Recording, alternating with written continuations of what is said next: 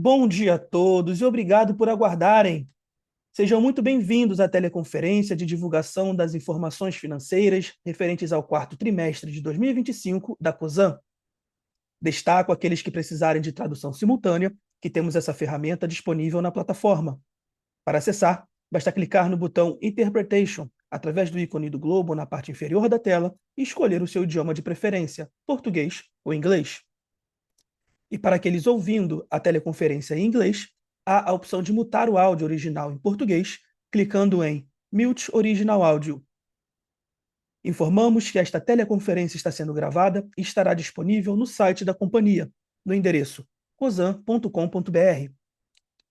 Durante a apresentação da companhia, todos os participantes estarão com o microfone desabilitado e, em seguida, daremos início à sessão de perguntas e respostas. Ressaltamos que as informações contidas nesta apresentação e eventuais declarações que possam ser feitas durante a teleconferência, relativas às perspectivas de negócios, projeções e metas operacionais e financeiras da COSAN, constituem-se em crenças e premissas da administração da companhia, bem como informações atualmente disponíveis. Considerações futuras não são garantias de desempenho. Elas envolvem riscos, incertezas e premissas, pois se referem a eventos futuros e, portanto, dependem de circunstâncias que podem ou não ocorrer. Investidores devem compreender que condições econômicas gerais, condições de mercado e outros fatores operacionais podem afetar o desempenho futuro da COSAN e conduzir a resultados que diferem materialmente daqueles expressos em tais considerações futuras. Agora, passarei a palavra ao senhor Fernando Tinel.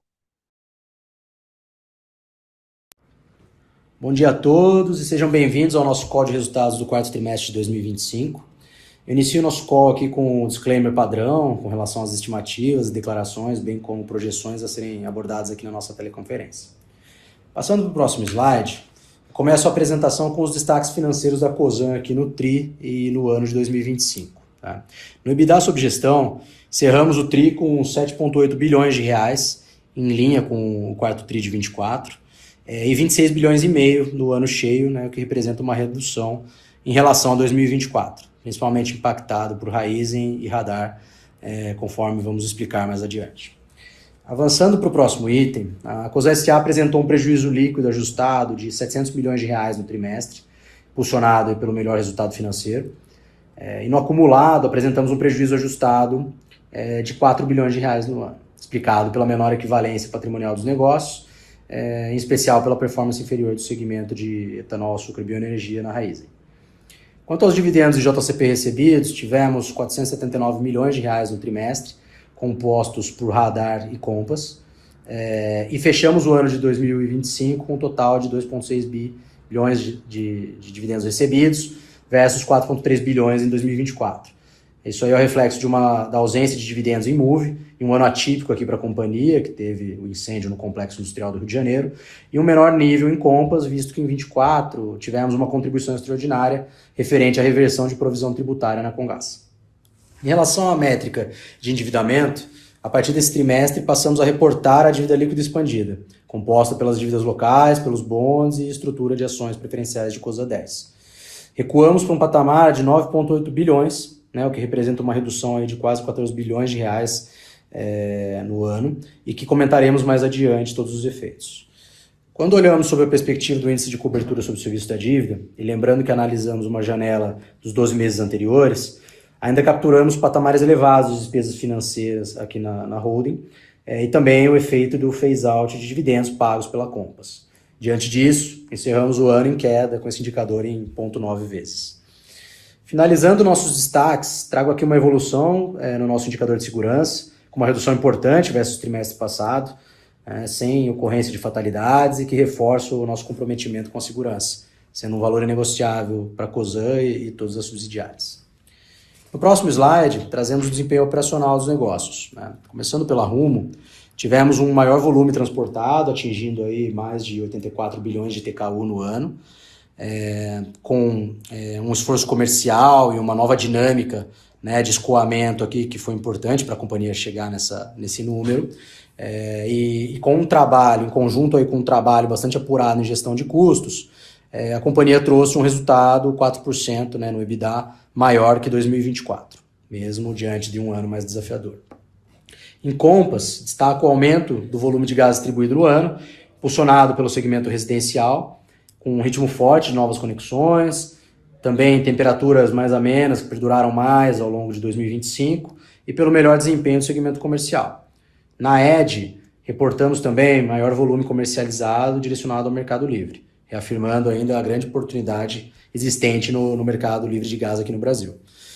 Por fim, no ano, a Compass teve EBITDA em linha com 2024, e quando a gente analisa em bases recorrentes, a companhia cresce 11% versus 2024. Na Moove, o trimestre foi marcado pela maior participação de mercado no Brasil, que demonstra a retomada da companhia.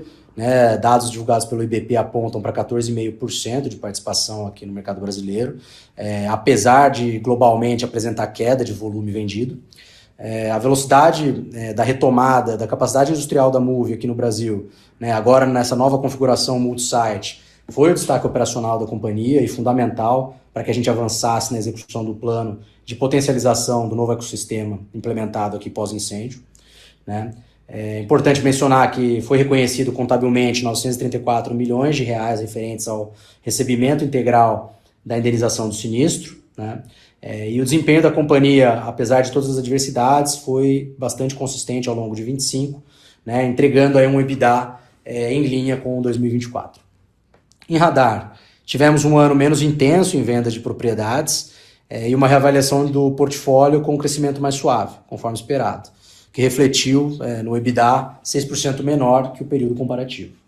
Finalmente, em Raízen, a distribuição de combustíveis foi o destaque do trimestre, com expansão dos volumes e margens no Brasil, resultado do esforço comercial, de gestão de custos e também do suporte do governo contra os players ilegais na distribuição, bem como a recuperação também do desempenho na Argentina, após as paradas de manutenção.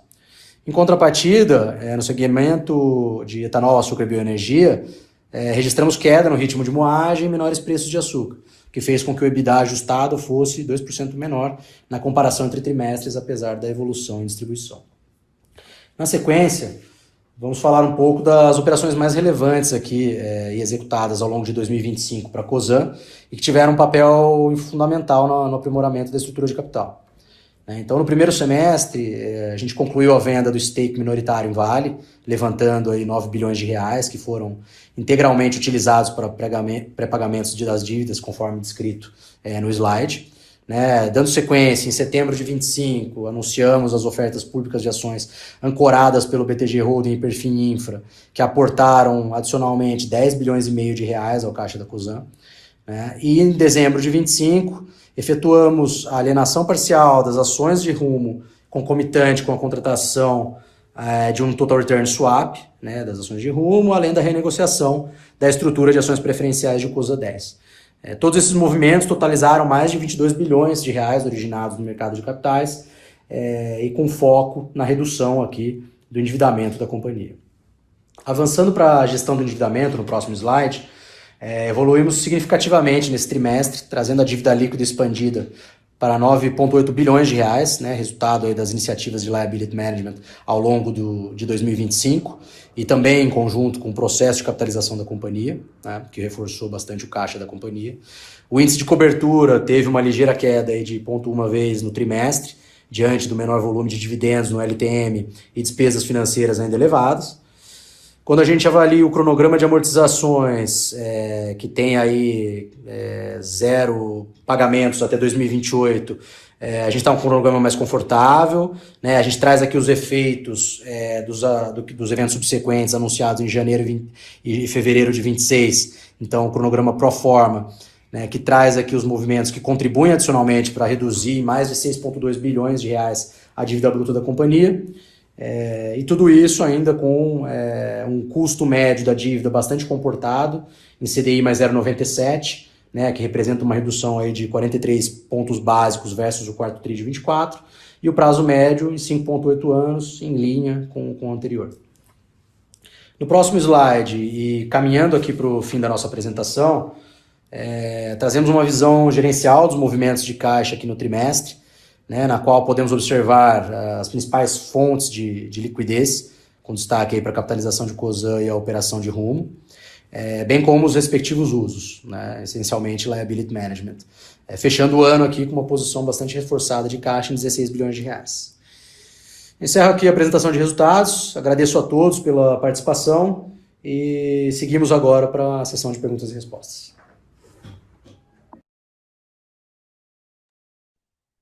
Agora começaremos a sessão de perguntas e respostas com o senhor Marcelo Martins, o senhor Rafael Bergman e o senhor Fernando Tinel. Lembrando que para fazer perguntas, vocês devem clicar no ícone levantar a mão na parte inferior da tela para entrar na fila. Ao ser anunciado, uma solicitação para ativar seu microfone aparecerá na tela, e então você deve ativar o seu microfone para fazer perguntas. Solicitamos, por gentileza, para se limitarem a uma pergunta por participante. Para os participantes no áudio em inglês, as perguntas devem ser feitas por escrito pelo ícone Q&A. Informamos que perguntas feitas por escrito, através do ícone Q&A, serão respondidas após a teleconferência pela nossa equipe de relações com investidores. Gostaríamos de lembrar que está disponível a pesquisa sobre o call do 4T25 através do QR Code na apresentação. Pedimos, por gentileza, que respondam para ajudar a melhorar nossas futuras apresentações dos resultados. Dando início, a nossa primeira pergunta vem do Gabriel Barra, Citi. Gabriel, por gentileza, pode prosseguir. Olá, pessoal, bom dia. Bom dia, Marcelo, Rafael, Tinel. Como eu vejo aqui uma pergunta só, eu acho que um dos pontos na tese da Cosan que a gente tem discutido muito com os investidores e acho que tem gerado bastante perguntas sobre o futuro e a questão da estrutura de capital da Raízen, né? Recentemente, tiveram alguns fatos relevantes sobre uma potencial capitalização da companhia, discussão com bondholders e, e o lado do crédito da companhia. Então, meu ponto aqui, a minha pergunta, talvez até um pouco mais abrangente, eu queria ouvir um pouco de vocês sobre como estão as conversas com a Shell, como vocês pensam em relação à Raízen dentro desse portfólio, né? Até nesse movimento de desalavancagem da companhia e o foco da Cosan hoje em tornar a companhia mais resiliente, olhando para o lado do balanço. Então é esse ponto um pouco mais geral, mas eu queria ouvir um pouco de vocês, os updates e como que vocês deveriam pensar aqui a estratégia em relação à Raízen. Obrigado. Bom dia a todos. Barra, obrigado pela pergunta. Eu queria só aproveitar a oportunidade de responder seus pontos aí, fazer rapidamente o recap aqui, tá? Nós temos, como o mercado sabe, e a gente tem falado isso publicamente, abertamente, nós temos nos envolvido em discussões para encontrar uma solução para a estrutura de capital de Raízen há um bom tempo, tá? Todo mundo sabe do nosso grande esforço no ano passado para resolver a questão da estrutura de capital de Cosan. Foi uma grande prioridade para a gente, até porque nós tínhamos uma preocupação que pudesse sim haver uma contaminação da situação de Raízen na Cosan, e todos os passos que foram tomados no ano passado, desde a capitalização até os movimentos de liability management, tinham em vista a gente proteger a Cosan, primeiro de uma forma absolutamente inquestionável, né? E endereçar paralelamente a estrutura de capital de um dos nossos principais negócios. No caminho para a gente chegar até aqui, que passou principalmente por essa capitalização, nós tivemos várias discussões que quase que demandavam, pelo menos metade do tempo, discussões em torno de raiz. Quando nós fechamos a capitalização com os sócios atuais, uma das questões que ficou bastante clara é como é que a gente vai endereçar o ponto de Raízen seguindo adiante. E um dos pontos negociais mais importantes foi de que a gente deveria priorizar, inquestionavelmente, a alavancagem de Cosan, e na busca de uma solução para a Raízen, isso não deveria impactar de uma forma prioritária a resolução da estrutura de capital de Cosan.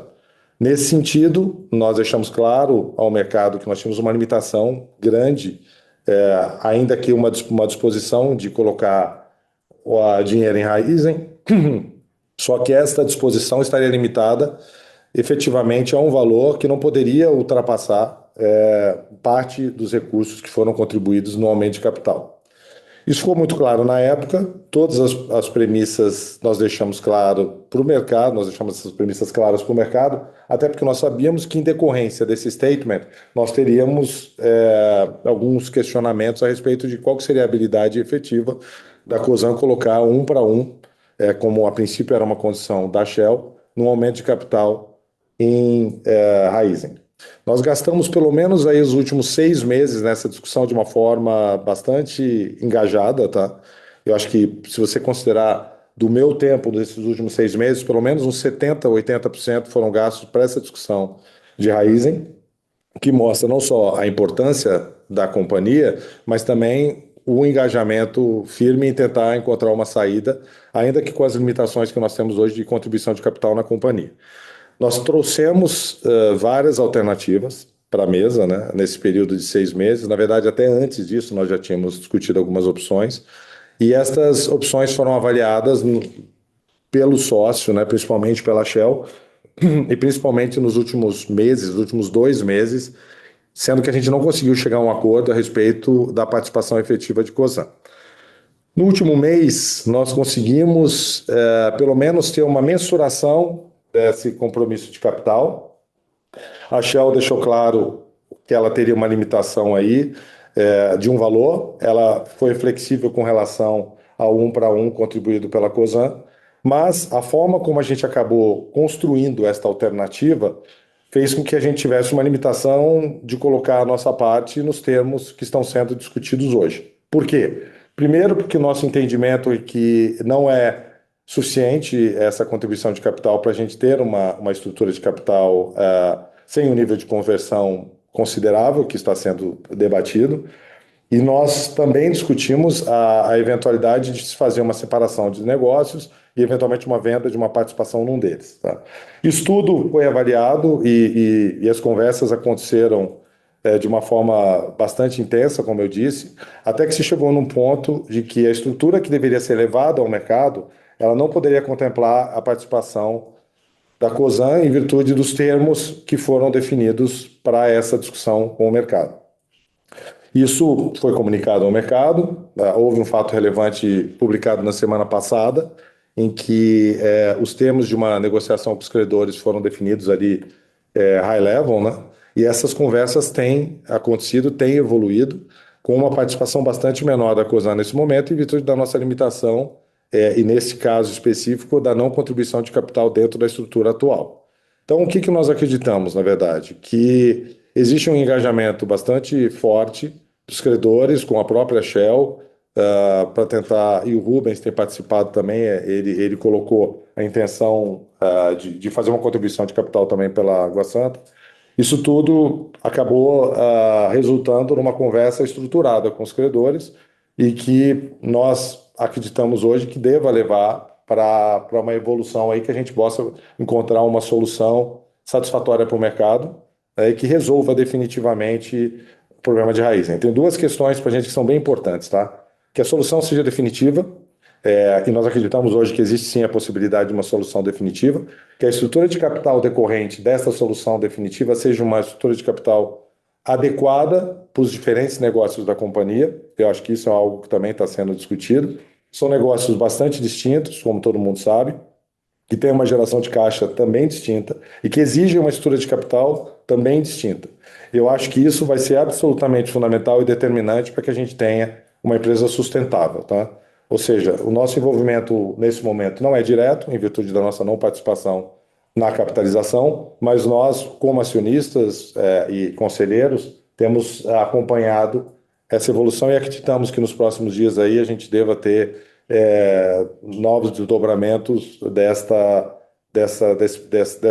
desse plano de encontrar uma saída adequada para a companhia. Ótimo, Marcelo, obrigado pela resposta. Nossa próxima pergunta vem do Tiago Duarte, BTG Pactual. Tiago, por gentileza, pode prosseguir. Olá, bom dia a todos. Marcelo, Rafa, prazer falar com vocês. Eu queria, se possível, Marcelo e Rafa, vocês puderem um pouco, né, walk the talk daquilo que foi extensamente discutido com o mercado no âmbito lá da capitalização no final do ano passado, e à luz aí dos resultados do trimestre, eu queria que vocês pudessem não esquecer, ou pelo menos focar em um dos temas que é, né, a ganho de eficiência, redução de despesas no âmbito da holding, né? Foi despesa de 88 milhões de G&A no trimestre. E aí, se hoje você já tem um pouco mais de visibilidade de ganhos de eficiência nessa linha em particular, além dos outros temas que eventualmente vocês acharem pertinente comentar em relação àquilo que foi discutido na época. E eu sei que foi pedido uma pergunta só, mas eu não queria deixar de perguntar sobre, na questão da Move, se vocês conseguem hoje já passar para a gente uma visibilidade sobre o retorno da capacidade produtiva da planta, passado aí a questão do incêndio e a reconstrução da capacidade. Obrigado. Oi, Thiago, bom dia. Rafael aqui. Eu vou pegar suas perguntas. Começando pela segunda, sobre Move, acho que primeiro ponto aqui é deixar claro que, do ponto de vista de capacidade produtiva, a Move recuperou sua capacidade integralmente. Tá? Acho que o desafio que a Move vem enfrentando e está endereçando de forma bastante satisfatória é realmente com base numa nova estratégia do ponto de vista de logística e uma estratégia agora multi-site de ir recuperando as margens, né, do ponto de vista de eficiência. Tá? Mas do ponto de vista de volume, essa capacidade já foi retomada e isso tem permitido que a Move venha recuperando também seu market share, que eu acho que é um sinal bastante importante da retomada que eles vêm fazendo. Obviamente, a entrada agora em 2026 para a Move é uma entrada ainda com desafios do ponto de vista de custos que são carregados ainda com as ineficiências que foram geradas pela necessidade de mudança dessa estratégia. Então, a gente não começa o ano de 2026 com os patamares históricos de rentabilidade que a gente teve aí, principalmente no ano de 2023, no ano de 2024. Mas esse é o objetivo da Move ao longo do ano, né? De gradualmente, dentro do ano, retomar esse patamar histórico de rentabilidade. Isso vai vir com o endereçamento das ineficiências que ainda restaram desse processo, com um foco ainda maior no mix premium de produtos, nível de serviço, que é o que a Move vem entregando ao longo do tempo. Acho que eles têm um track record bastante satisfatório, né, que vocês observaram ao longo do tempo. Então, eu acho que é uma trajetória ainda que a gente vai ver ao longo de 2026 e, obviamente, o time bastante animado com essa perspectiva, né, saindo de um ano que, apesar de muito difícil, acho que mostrou aqui a resiliência e a adaptabilidade do time da Move, tá, Thiago? Com relação ao que a gente se comprometeu a fazer quando fizemos aqui a capitalização da companhia e as decisões que foram tomadas, eu acho que a gente está atuando de forma bastante consistente, né? Eu gosto da sua expressão walk the talk, e lembrando que esse é o início dessa jornada também. Do ponto de vista de eficiência, eu acho que o quarto TRI ainda não tem, né, ganhos relevantes, né? A gente efetivamente começou a fazer as mudanças no próprio quarto trimestre. As mais relevantes do ponto de vista de estrutura já foram feitas, né? Do ponto de vista de tamanho de time, né? A gente está agora com talvez 40%, 45% a menos de pessoas aqui na holding, né? E aqui tem uma questão de eficiência, de discussão de escopo, né, da holding para esse momento da companhia, cujo foco deixa de ser um foco em entrar em novos negócios, um momento em que os sócios que entraram na Cosan têm membros que foram apontados para os conselhos das companhias operacionais. Então, obviamente, o papel da holding ele está sendo adaptado para permitir que efetivamente essa contribuição dos novos sócios se dê também diretamente nas companhias operacionais. Então, acho que essa é uma jornada que está sendo feita, né, gradual, mas com bastante intencionalidade.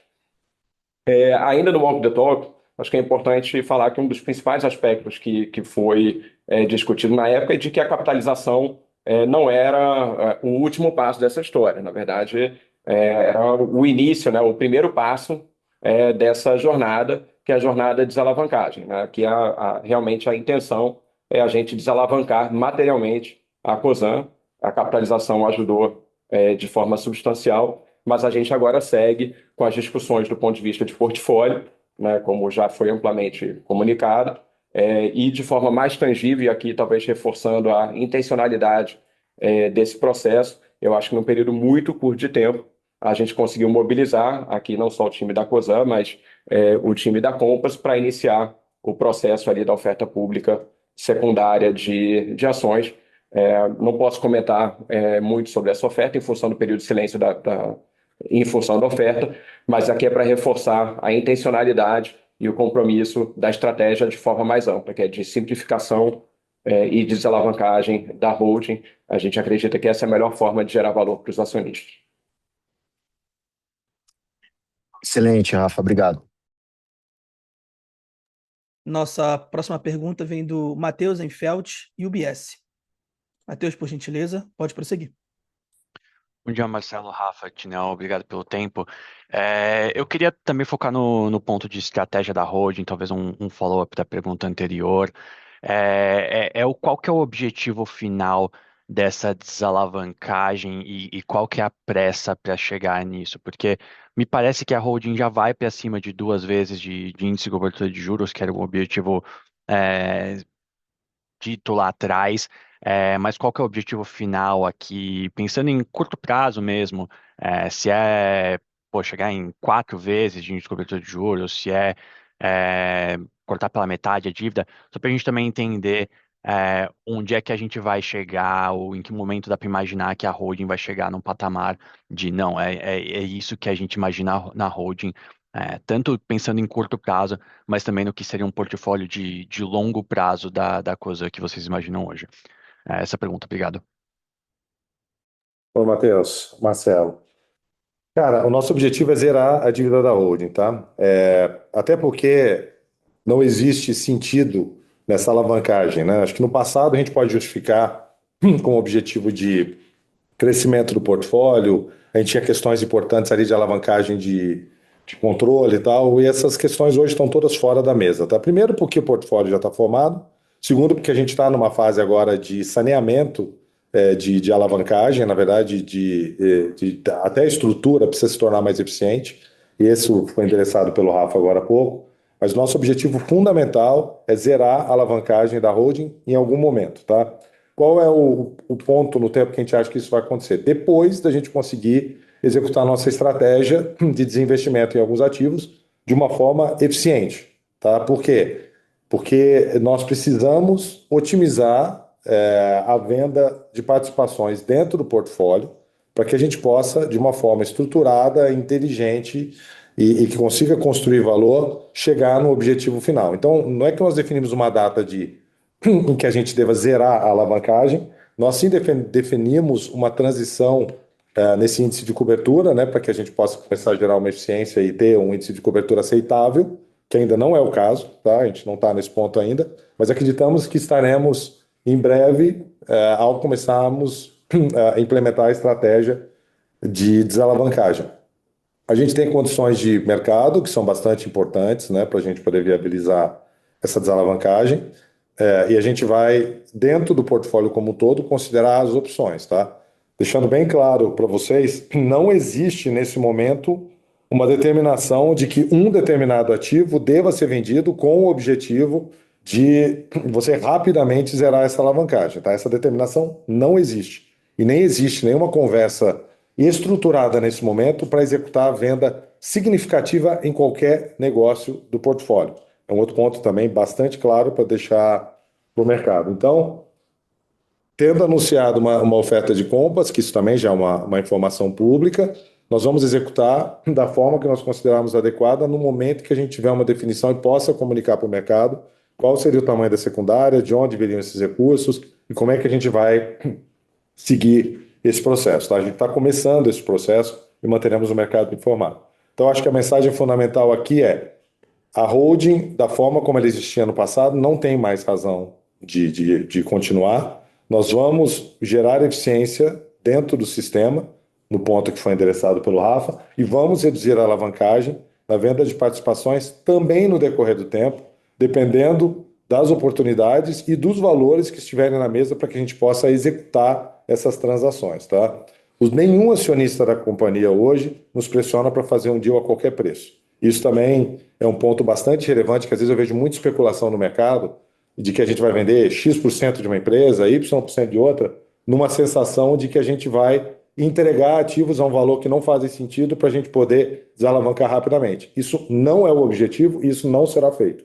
Então, acho que esse é o ponto mais claro para deixar para vocês, mas também, obviamente, continuando com o nosso compromisso de zerar essa alavancagem. Essa é uma razão absolutamente fundamental e importante por termos assumido esse compromisso, inclusive, da gente não estar colocando recursos na raiz, né, para que a gente possa, de fato, privilegiar esse processo e chegar no nosso objetivo final dentro de um prazo que seja adequado, mas que seja eficaz no final do caminho.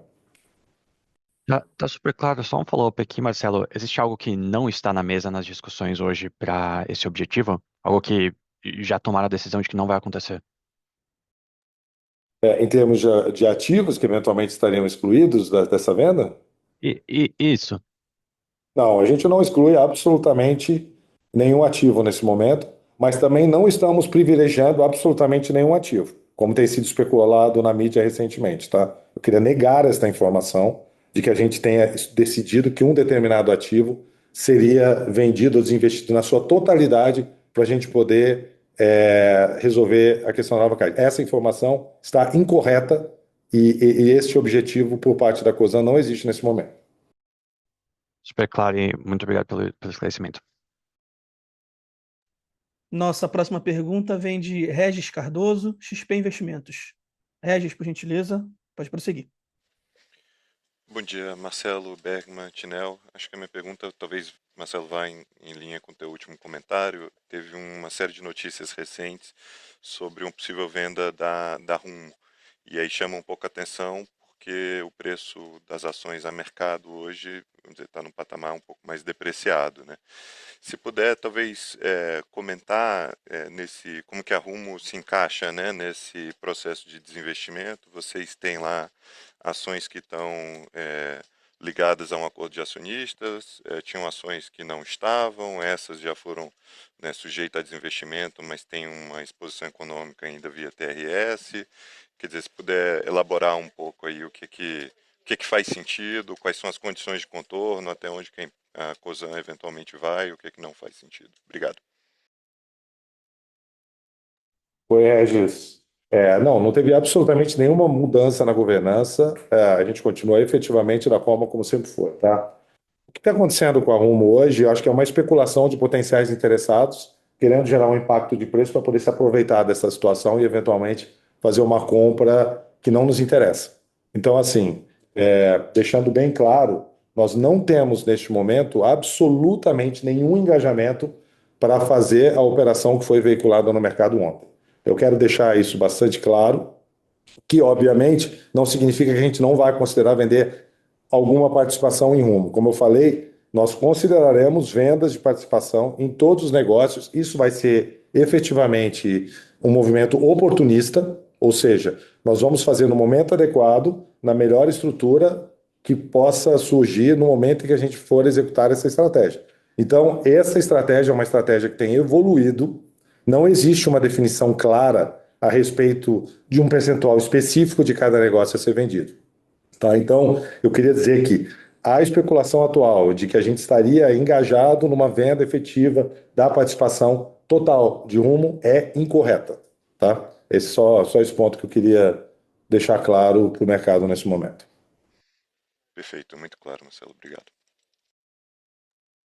Continuando, a nossa próxima pergunta vem de Bruno Amorim, Goldman Sachs. Bruno, por gentileza, pode prosseguir. Oi, bom dia a todos. Obrigado pelo espaço para a pergunta. Minha pergunta é pro Bergman.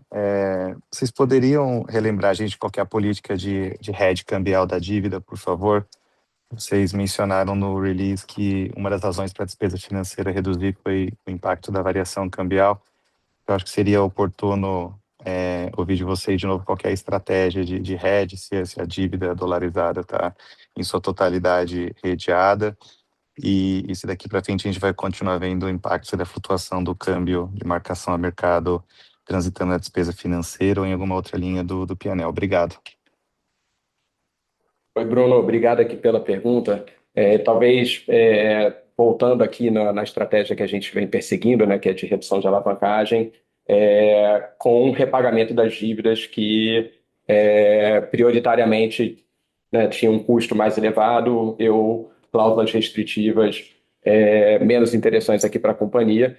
Nesse processo, né, a gente fez o repagamento de algumas debêntures e também de 3 bonds aqui da Cosan. Então, hoje em dia, a gente não tem a exposição desses 3 bonds. O que restou de exposição em moeda estrangeira é o perpétuo, né, que vocês conhecem bem.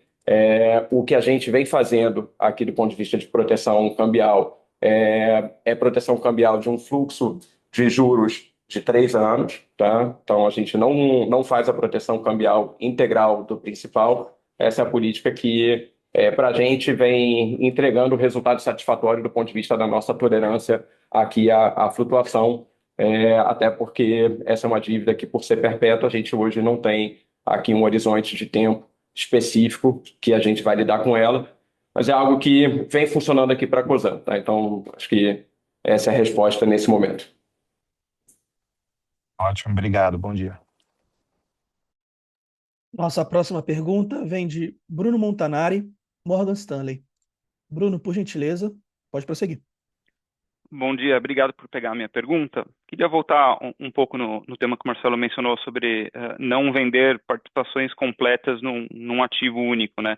Mas pensando do outro lado, vocês têm na cabeça alguma participação mínima que vocês gostariam de ter em cada um dos ativos? E no caso de Raizen especificamente, queria entender se fazer o spin-off dos negócios para vocês é uma condição não negociável antes de proceder com qualquer avanço na reestruturação da Raizen. Muito obrigado.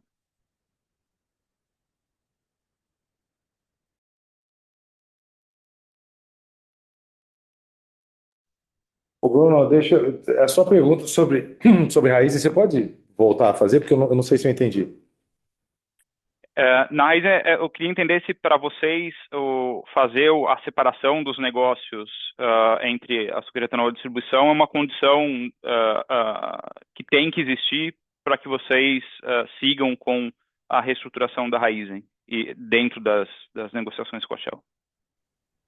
Ô Bruno, a razão pela qual nós não estamos participando é porque a gente acha que a estrutura que, em princípio, foi apresentada e que, obviamente, ainda vai ter que ser debatida e aprovada no tempo, ela não resolveria na integridade as questões de raiz em estrutura de capital. Então, a não separação dos negócios, para a gente, é um problema, tá? O que quer dizer isso? A separação significa, basicamente, que os negócios deveriam ter estruturas de capital distintas. Por quê? Porque são negócios que têm geração de caixa distintas e que têm efetivamente natureza, do ponto de vista de alocação de capital, também distintas, tá? Então, para a gente, de forma que haja eficiência do ponto de vista de sustentabilidade do negócio, é importante que isso aconteça. Agora, nós não estamos colocando isso como uma condição inexorável, tá? Até porque, neste momento, a Cosan não está fazendo contribuição de capital e ela nem poderia impor condições que eventualmente poderiam ser aceitáveis para a Shell ou para os credores. A gente não vai passar por cima do que seja aceitável para a Shell e para os credores.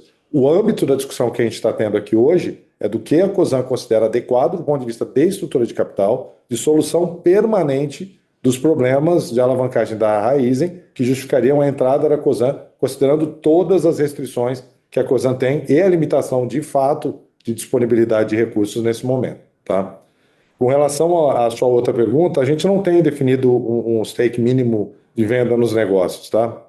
De novo, se eventualmente as condições de mercado forem adequadas e a gente tiver um interesse efetivo por um múltiplo de avaliação de um determinado negócio que a gente considere adequado e interessante, a gente pode certamente vender uma participação relevante no negócio. Se a gente efetivamente não enxergar que existe essa situação, nós definitivamente não venderemos nenhuma participação nesse negócio. Então, qualquer especulação hoje a respeito de um tamanho efetivo de desinvestimento em qualquer negócio que seja, ela está errada, equivocada, porque nós ainda não engajamos formalmente em nenhum processo que possa justificar uma afirmação de que a gente vai vender X, Y ou Z de um determinado negócio a qualquer preço que seja. Então, neste momento, nós continuamos avaliando, consideraremos todos os negócios como potencialmente targets para serem vendidos parcialmente, mas não temos ainda nada definido de qual negócio será vendido e em que percentual será vendido. Super claro, muito obrigado.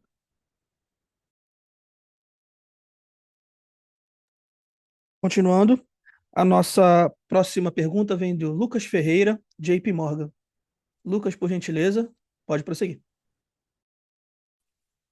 Oi, pessoal, bom dia. Sobre radar, se vocês pudessem dar também alguma atualização, se caminhou algum eventual para algum processo de investimento, se existe alguma conversa, algum progresso nessas potenciais negociações, que já virou um investimento bem relevante para o tamanho da dívida atual, né? Então, seria interessante saber se teve alguma atualização ali. Obrigado. Oi, Lucas, vou pegar aqui essa tua pergunta. Porque a Radar segue ali no curso da gestão que eles vêm fazendo, né, de reciclagem de portfólio. Então, isso faz parte ali do dia a dia do Pedro e do time dele. Como o Marcelo comentou, a gente está fazendo, obviamente, uma avaliação mais ampla de portfólio, do ponto de vista de oportunidades que podem ser accretive para os acionistas de Cosan, com relação a deals que sejam eventualmente mais relevantes aqui ao longo do tempo. Nesse momento não tem novidades concretas, entendo, a gente comunica para o mercado na forma adequada. Bom? Obrigado, Rafael. A sessão de perguntas e respostas está encerrada e a teleconferência das informações financeiras referentes ao quarto trimestre de 2025 da Cosan está encerrada. A área de relações com investidores está à disposição para responder as demais dúvidas e questões. Muito obrigado aos participantes e tenham todos um excelente dia.